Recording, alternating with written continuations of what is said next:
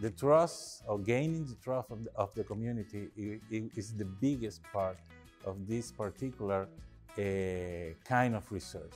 I guess the best way to build trust within the community is to be totally engaged with them, to have them really talk about what it is that is important to them and to address for their community.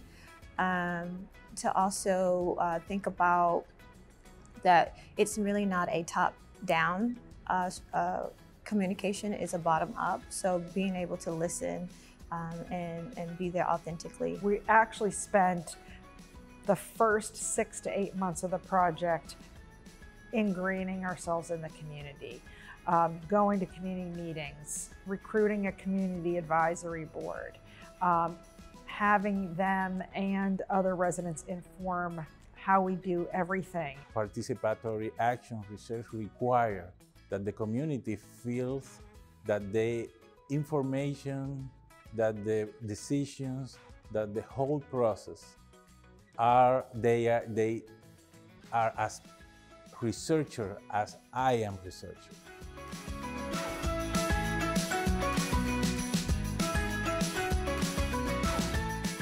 Doing this type of research, which is participatory action research, in my community specifically, is very, very different and a lot more personal, you know?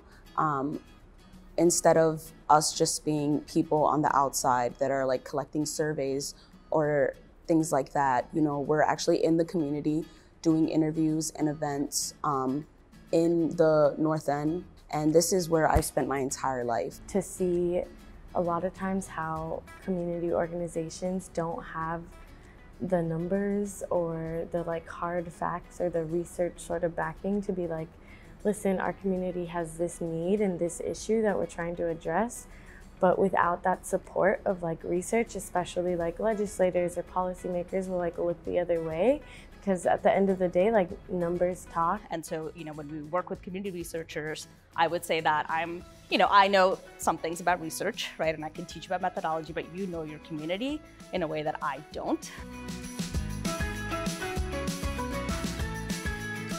And so, you know, in some sense, the participatory action frame gives them a way to organize, and it gives them a system and a practice to begin to sort of move through a process by which they identify a problem, collect data, speak to a broad range of constituents within inside of a community, and then take that and synthesize it, and from that begin to develop real action-oriented solutions. It's really about engaging stakeholders, and it's about engaging stakeholders to explore the issues that are impacting their community in order to be able to come up with solutions that not only reflect the reality of what's going on in their community and what they think is needed, but to generate community action and buy-in for those solutions, you know, as they move forward with the process.